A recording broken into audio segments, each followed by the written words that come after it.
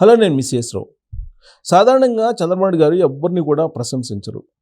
ప్రశంసించారంటే ఎంతో గొప్పగా పనిచేస్తేనే ఆయన ప్రశంసిస్తూ ఉంటారు. తాజాగా ఆంధ్రప్రదేశ్ డీజీపీ ద్వారకా తిరుమలరావు గారిని చంద్రబాబు నాయుడు గారు ప్రశంసించారు. దానికి కారణం ఏంటంటే ఇటీవల కాలంలో సోషల్ మీడియా సైకోలని కట్టడి చేయడంలో ఆయన వ్యూహాత్మకంగా వ్యవహరించారు. కేవలం ఒకే ఒక వారంలో వాళ్ళందరినీ కట్టడి చేయగలిగారు అనేటువంటి అభిప్రాయానికి ఆంధ్రప్రదేశ్ ముఖ్యమంత్రి చంద్రబాబు నాయుడు గారు వచ్చారు.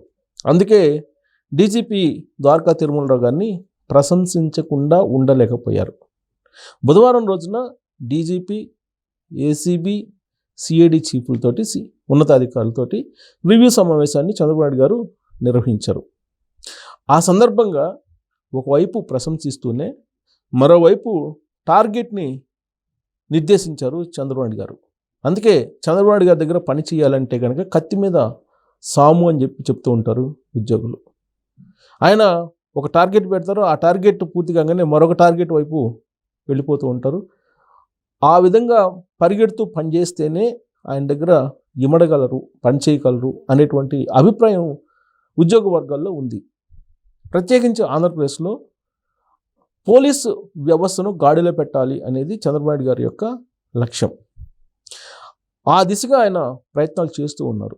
కొంతమేరకు మాత్రమే సక్సెస్ అయ్యారు, పూర్తి స్థాయిలో సక్సెస్ కాలేదు. ఇంకా చాలా ప్రక్షాళన చేయాల్సిన అవసరం ఉంది అనేది ఆయన అభిప్రాయంగా ఇప్పుడు తెలుగుదేశం పార్టీలో చెప్పుకుంటూ ఉన్నారు. కారణం ఏంటంటే అనేకమైనటువంటి కేసులు 2024 ఎన్నికల తర్వాత తెలుగుదేశం పార్టీ అధికారంలోకి వచ్చిన తర్వాత పెండింగ్లో ఉన్నాయి, స్లోగా ఉన్నాయి అనేకమైనటువంటి కేసులు. దానికి రకరకాల కారణాలు ఉన్నాయి. ఆ కారణాలు ఏంటి అనేది చెప్పాలని చంద్రబాబు నాయుడు గారు ఆ రివ్యూ సమావేశంలో నిలదీసినట్టు తెలుస్తుంది. ఆ సందర్భంగా అక్కడ ఉండేటువంటి ఉన్నతాధికారులు చెప్పినటువంటి మాట వింటే గనక ఆశ్చర్యం కలిగిస్తుంది. నేరాలకు పాల్పడినటువంటి వాళ్ళను పట్టుకోవడానికి కొన్ని హడ్డిల్స్ ఉన్నాయి అని చెప్పారట. ఏమి హడ్డిల్స్ అని అడిగినప్పుడు ఆ నేరాల్లో కొంతమంది రాజకీయ నాయకులు ఉంటే వాటిల్లో కొంతమంది అధికారులు కూడా పాలుపంచుకున్నారు, అందుకే విచారణ స్లోగా జరుగుతుంది అనేటువంటి విషయాన్ని చంద్రబాబు నాయుడు గారితో షేర్ చేసుకున్నారు అని తెలుస్తుంది. అంటే ప్రతి ఇన్సిడెంట్లో కూడా ప్రభుత్వానికి సంబంధించినటువంటి ఉద్యోగులు ఇన్వాల్వ్ అయి ఉన్నారు. దానికి రేషియో కూడా చెప్పారు. 10 మంది పొలిటీషియన్స్ ఇన్వాల్వ్ అయ్యి ఉంటే దాంట్లో కనీసం 2-3 ప్రభుత్వ ఉద్యోగుల ప్రమేయం, ప్రభుత్వ ఉద్యోగుల ఇన్వాల్వ్మెంట్ ఉంది. అందుకే కేసు విచారణలు జరగటం లేదు స్పీడ్గా అనేటువంటి ఒక అభిప్రాయాన్ని వ్యక్తం చేసినట్టు తెలుస్తుంది. ప్రత్యేకించి ఈ రివ్యూ మీటింగ్లో వచ్చినటువంటి ప్రధానమైనటువంటి కేసులు ఏమున్నాయంటే మదనపల్లిలో జరిగినటువంటి ఫైల్స్ని తగలబెట్టారు మదనపల్లిలో. ఆ సందర్భంగా అక్కడికి ప్రత్యేక హెలికాప్టర్లో డీజీపీని అలాగే ఇతర అధికారులని పంపించడం జరిగింది. దాదాపు 2-3 డేస్ అక్కడ ఉన్నారు. అక్కడ ఏం జరిగింది అనే దాని మీద ప్రాథమికంగా ఒక ఒపీనియన్కి వచ్చారు అధికారులు. ఆ తర్వాత దానికి ఎవరిని బాధ్యులు చేయాలి అనే దాని మీద ఒక కంక్లూజన్కి రాలేకపోతున్నారు. అక్కడ ఉండేటువంటి మామూలు ఉద్యోగులు ఒకళ్ళిద్దరిని సస్పెండ్ చేయడంతో ఆ ఇన్సిడెంట్ని అలా ఉంచేశారు. విచారణ ముందుకు అడుగు పడటం లేదు. సరిగ్గా ఈ పాయింట్ దగ్గరే చంద్రబాబు నాయుడు గారు క్వశ్చన్ చేశారు ఉన్నతాధికారులను.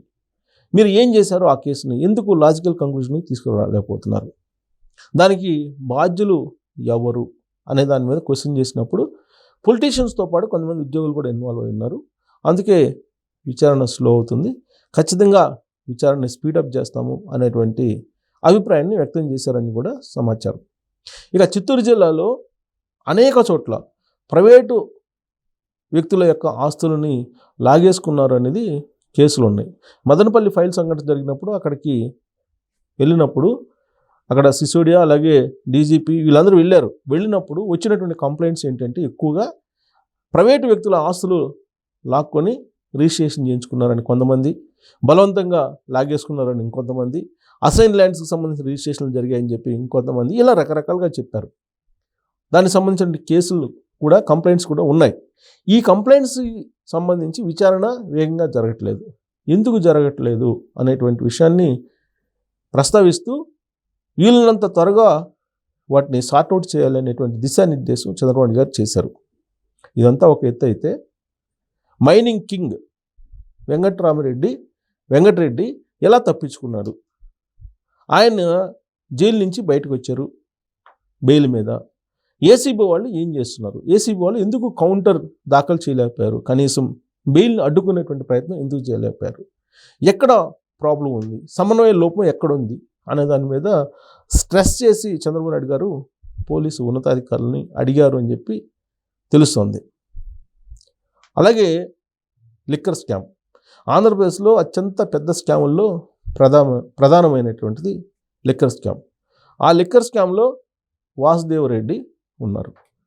మరి వాసుదేవరెడ్డికి సంబంధించినటువంటి అరెస్ట్ కానీ దానికి సంబంధించినటువంటి ఎంక్వైరీలు కానీ నడుస్తున్నాయి అంటే దానికి చెప్పిన సమాధానం ఏంటంటే, ఆల్రెడీ ఫైల్స్ సీజ్ చేసాము, కంప్యూటర్లో హార్డ్ డిస్క్లు కూడా సీజ్ చేసాము, దాన్ని ఫోరెన్సిక్ ఆడిట్ కోసం పంపించాము, ఫోరెన్సిక్ ఆడిట్ నుంచి వచ్చిన తర్వాత దాని ఎంక్వైరీకి సంబంధించి కొద్దిగా ముందడుగు పడేటువంటి అవకాశం ఉంది అని చెప్పి చెప్తూ ఉన్నారు.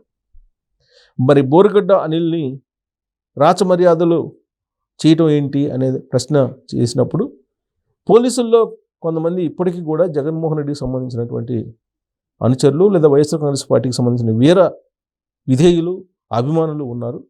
దాని ఫలితంగానే ఇలాంటివన్నీ జరుగుతున్నాయి అనేటువంటి ఒక అభిప్రాయాన్ని వాళ్ళు వ్యక్తం చేశారు.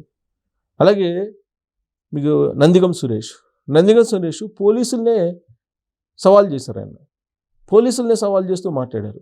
ఇదంతా కూడా పోలీసులకు సంబంధించినటువంటి వ్యవస్థ నిర్వీర్యమైపోయిన కారణంగానే, వ్యవస్థ గాడి తప్పిన కారణంగానే జరుగుతుందనేది చంద్రబాబు నాయుడు గారి యొక్క అభిప్రాయం. ఆయన ఒపీనియన్ అదే. అందుకే దాన్ని గాడిలో పెట్టడం అనేది సవాలు. రాష్ట్రంలో శాంతి భద్రతలు అనేవి ఉండాలి. ఎట్ ద సేమ్ టైం 2019 నుంచి 2024 వరకు రకరకాల క్రైమ్స్ జరిగాయి. ఈ క్రైమ్స్ అన్నిటికీ సంబంధించి కేసులు కట్టి విచారణ జరపాలి, వేగవంతంగా చేయాలి. ఇప్పటికే స్లో అయింది, పోలీసు వ్యవస్థ మీద నమ్మకం పోతుంది. కాబట్టి మీరు వీటిని స్పీడప్ చేయండి అనేటువంటి ఒక దిశానిర్దేశం చేశారు. ఒకవైపు ఏమో డీజీపీని ప్రశంసించారు, ఇంకొక వైపు ఏమో భారీ లక్ష్యాలను కూడా ఆయన మీద ఉంచారు. ద్వారకా తిరుమలరావు గారు తొందరపడి చట్టానికి విరుద్ధంగా లేదంటే పార్టీల కోసమో లేదంటే వ్యక్తుల కోసమో పనిచేసేటువంటి ఐపీఎస్ ఆఫీసర్ కాదు. ఆయన మీద ఆ అభిప్రాయం ఉంది. గతంలో కూడా జగన్మోహన్ రెడ్డి గారు ఎంత ప్రెజర్ చేసినప్పుడు కూడా కొన్ని పనులు ఆయన చేయలేదు. ఇప్పుడు కూడా అదేవిధంగా వ్యవహరిస్తున్నారు. కాకపోతే సిబ్బంది ఎవరైతే ఉన్నారో కింది స్థాయిలో, ఆ సిబ్బంది సహకరించట్లేదు ఉన్నతాధికారులకు అనేటువంటి అభిప్రాయం కూడా ఉంది. ఇటీవల కాలంలో సోషల్ మీడియాకు సంబంధించినటువంటి సైకోల్ని అరికట్టడంలో, వాళ్ళని అడ్డుకోవటంలో సక్సెస్ అయ్యారు. ఇంకా కొంతమంది ఉన్నారు, వాళ్ళను కూడా కట్టడి చేసేటువంటి ప్రయత్నం చేయడానికి ఇప్పుడు ద్వారకా తిరుమలరావు గారి టీం సిద్ధమైంది. ఆంధ్రప్రదేశ్ పోలీసులు వేగవంతంగా మొత్తం కేసులను పూర్తి చేయాలి, విచారణ పూర్తి చేయాలి, చట్టబద్ధంగా చర్యలు తీసుకోవాలనేది చంద్రబాబు నాయుడు గారు ఇచ్చినటువంటి దిశానిర్దేశం. దాంతోపాటు డ్రగ్స్, గంజాయి వీటిని కూడా అరికట్టడానికి ప్రత్యేకమైనటువంటి విభాగాన్ని ఏర్పాటు చేసి లా అండ్ ఆర్డర్ కంట్రోల్తో పాటు ప్రజలకు రక్షణ కల్పించే దిశగా పోలీసు వ్యవస్థ బలపడాలి. దానికి కేవలం 2 నెలలు మాత్రమే టైం అని చెప్పి డెడ్లైన్ కూడా చంద్రబాబు గారు పెట్టారు. ఈ ప్రభుత్వానికి హానీమూన్ కూడా ముగిసింది. కాబట్టి మీరు వేగవంతంగా వెళ్ళి స్పీడ్ ఆఫ్ డూయింగ్ ఏ విధంగా అయితే స్పీడ్ ఆఫ్ డూయింగ్ బిజినెస్ అని వెళ్తున్నామో అదే తరహాలో స్పీడ్ ఆఫ్ ఎంక్వైరీస్ నడవాలి, కేసులు లాజికల్ కంక్లూజన్కి తీసుకురావాలనే దిశానిర్దేశం చేసినటువంటి క్రమంలో ఆంధ్రప్రదేశ్ పోలీస్ ఇప్పుడు చంద్రబాబు నాయుడు గారి డైరెక్షన్ మేరకు పనిచేస్తున్నారు రాబోయేటువంటి రోజుల్లో అనే దాని మీద మీ అభిప్రాయం తెలియజేయచ్చు. Thank you very much.